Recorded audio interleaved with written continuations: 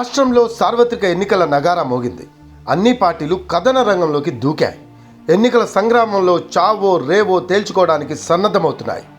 దీనికి అవసరమైన అస్త్ర శస్త్రాలను సిద్ధం చేసుకుంటున్నాయి. ప్రచార కార్యక్రమాల్లో తలమునకలవుతున్నాయి.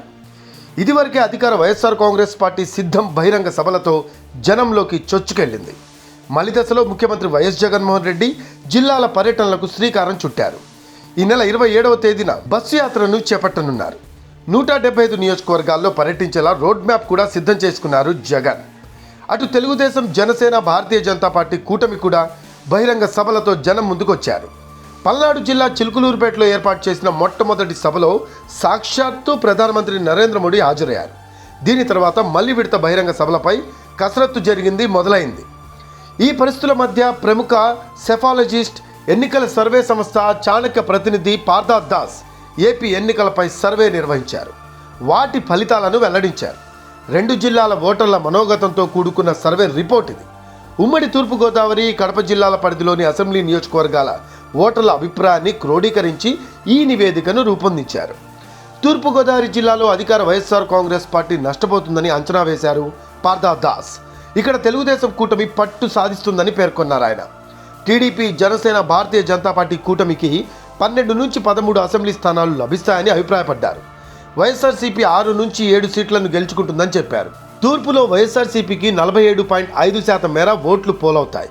ఇక టీడీపీ కూటమికి 52.3% మేర ఓట్లు పడతాయి. పురుష ఓటర్లలో టీడీపీకి 53% మంది జై కొట్టారు. 45.6% మంది వైసీపీ వైపు మొగ్గు చూపారు. మహిళల ఓట్లు మాత్రం వైసీపీకే పడతాయి.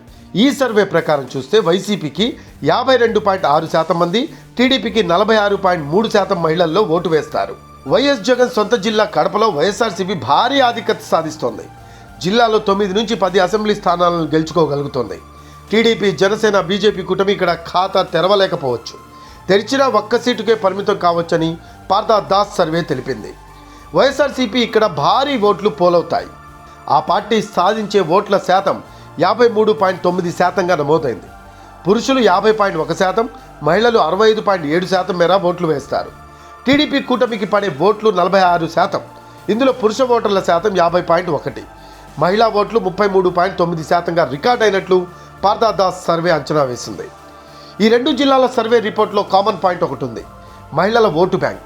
టీడీపీ కూటమి ఆధిక్యత సాధించిన తూర్పుగోదావరి జిల్లాలో కూడా వైఎస్ఆర్సీపీకి మహిళల ఓట్ల శాతం అధికంగా ఉన్నట్లు తేలింది. ఇందులో అమ్మఒడి, జగనన్న చేదోడు, వైఎస్ఆర్ చేయూత, విద్యా దీవెన, ఇంటి వద్దకే పథకాల లబ్ధిని అందజేయడం వంటి పథకాలు వైసీపీ మహిళా ఓటు బ్యాంకును చెక్కు చెదరనివ్వలేదు. చూడాలి మరి రాబోయే రోజుల్లో పురుషులు, మహిళలు ఎటువైపు మొగ్గు చూపుతారో.